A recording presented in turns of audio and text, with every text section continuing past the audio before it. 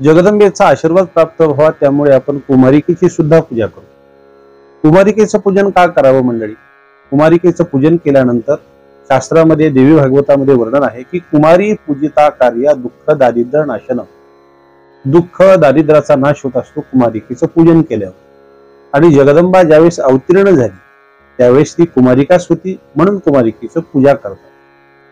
कुमारिकेचं पूजन करत असताना एक जर कुमारिकेचं पूजन नवरात्रीमध्ये तुम्ही जर केलं तर ऐश्वर्य प्राप्त होत असतं.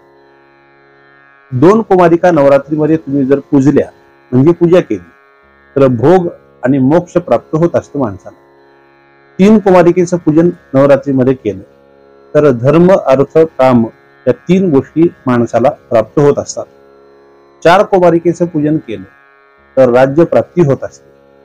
5 कुमारिकेचं पूजन नवरात्रीमध्ये जर तुम्ही केले तर 5 कुमारिकेचं पूजन केल्यानंतर विद्या प्राप्ती होते. 6 कुमारिकेचं पूजन जर आपण केलं तर षटकर्म सिद्धी माणसाला प्राप्त होत असते. 7 कुमारिकेचं पूजन केल्यानंतर राज्य प्राप्ती होते. 8 कुमारिकेचं पूजन केल्यानंतर संपत्ती आपल्याला मिळत असते. आणि 9 कुमारिकेचं पूजन केल्यानंतर पृथ्वीचं राज्य आपल्याला मिळत असतं असं वर्णन आहे. म्हणून देवीचा आशीर्वाद प्राप्त व्हावा म्हणून कुमारिकेचं पूजन करणं हे अतिशय आवश्यक आहे.